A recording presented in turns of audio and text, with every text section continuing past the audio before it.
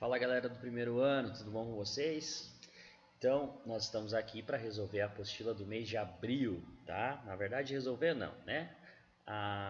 Nós vamos para a parte de teoria, na parte teórica, tá? Depois vocês tentam sozinhos responder as atividades. Estou mostrando para vocês.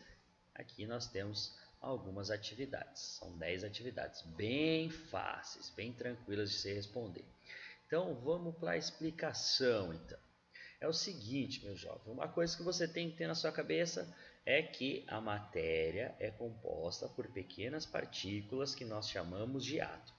O que é matéria? É tudo que tem massa e ocupa lugar no espaço. Você, por exemplo, é matéria. Então você é composto por átomo. E isso gerou sempre nos cientistas uma ideia de tentar compreender o que era isso. Como era esse átomo? Então surgiu várias ideias para elaborar modelos de como o átomo seria, e nós chamamos esse conteúdo de modelos atômicos. Um dos primeiros cientistas da era moderna a criar um modelo atômico foi o John Dalton, esse carinha bonitinho aqui. O que Dalton fez, né? Ele não fez nada, ele simplesmente pensou como o átomo seria. E na cabeça de Dalton, ele pensou que o átomo seria uma esfera indivisível, indestrutível, impenetrável, intransponível, tudo quanto é ível e sem carga, né? Seria uma bolinha aqui. A gente conhece o modelo atômico de John Dalton como o modelo da bola de bilhar, porque parecia uma bola de sinuca, mais ou menos assim. Então essa era a ideia de John Dalton para o átomo. Só que Dalton estava errado. Aí surgiu outro cientista, o John Joseph Thomson, esse carinha bonitinho que vocês estão vendo aí. O Thomson, ele fez experimentos, tá? E ao contrário de John Dalton, que só imaginou o átomo, o Thomson, ele tentou fazer experimentos. Então ele fez um experimento e com base nas ideias dele, ele criou uma nova ideia para o átomo, onde o átomo seria uma esfera. Essa parte em cinza que vocês estão observando aqui seria uma parte positiva, maciça, e essas bolinhas seriam de carga negativa e estariam espalhadas por todo o átomo. Ele deu nome para essas bolinhas, ele chamou de elétrons. Então, o Thomson ele descobriu que o átomo não era neutro, e sim tinha carga. Primeira cientista a descobrir as cargas elétricas de um átomo. E o modelo atômico de John Dalton ele é conhecido como pudim de passas. Mas só que o pudim de passas é um negócio que normalmente a gente não conhece, né? Eu gosto de citar outra coisa de comer, que é o panetone. Imagine o átomo de Dalton como sendo um panetone.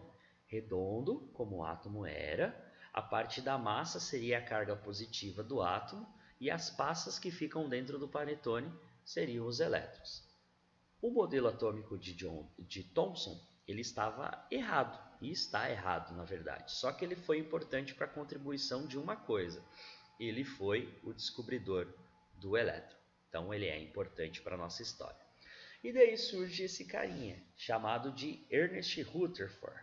O Rutherford ele fez uma experiência, olha, fez essa experiência que você está observando aqui. O que o Rutherford fez? Ele pegou um elemento radioativo e o elemento radioativo ele emite uma partícula chamada de partícula alfa que tem carga positiva. Aí ele colocou uma lâmina de ouro. Ouro é um elemento químico, ouro é matéria, ouro tem átomos. Então, quando ele foi fazer esse experimento, ele não imaginava criar um modelo atômico. A ideia dele não era isso, porque Rutherford achava que a ideia de átomo era a mesma de Thomson, ele acreditava que o átomo fosse igual. Então, quando ele jogasse a partícula alfa, a ideia era bater e voltar. Só que o que aconteceu? Aconteceu que as partículas alfas, a maior parte dela atravessou a partícula de ouro, como se não houvesse nada. E uma pequena parte bateu e desviou, e uma pequena parte bateu e voltou. Então, com base nessas ideias, ele pensou, para os átomos terem passado, a partícula alfa ter atravessado, significa que grande parte do átomo é um vazio. E uma parte ter batido e desviado significa que tem alguma coisa lá que fez desviar. Como a partícula alfa era positiva, ele imaginou que esse algo fosse positivo também, mas deveria ser muito pequeno. Aí ele pensou o seguinte: o átomo então deve ser dividido em duas partes, uma parte central que a gente chama de núcleo e uma parte externa que a gente chama de eletrosfera. Entre o núcleo e a eletrosfera não existe nada. Por isso que as partículas alfa atravessavam o átomo, porque não existe nada entre eles. E o núcleo, por ter desviado as partículas alfa, possuía carga positiva. E ele deu um nome para essa carga positiva.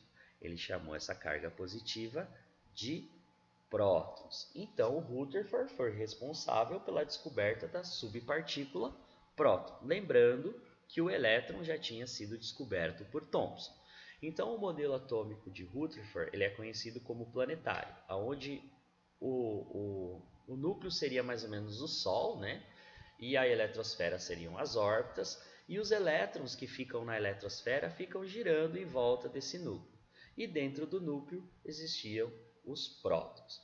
Porém, só para completar a ideia de Rutherford, um dos alunos de Rutherford, chamado Chadwick, o Chadwick posteriormente descobriu outra partícula dentro do núcleo, que era o nêutron, fechando assim as três subpartículas importantes do nosso átomo. O átomo é formado por três subpartículas: prótons, nêutrons e elétrons.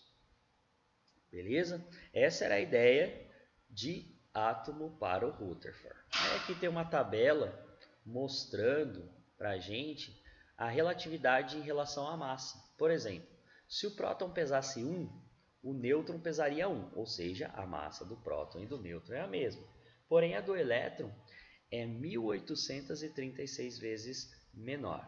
Então, a massa do elétron é muito pequenininha, considerando que a massa está, então, toda concentrada dentro do núcleo, porque é o núcleo que tem os prótons e os elétrons.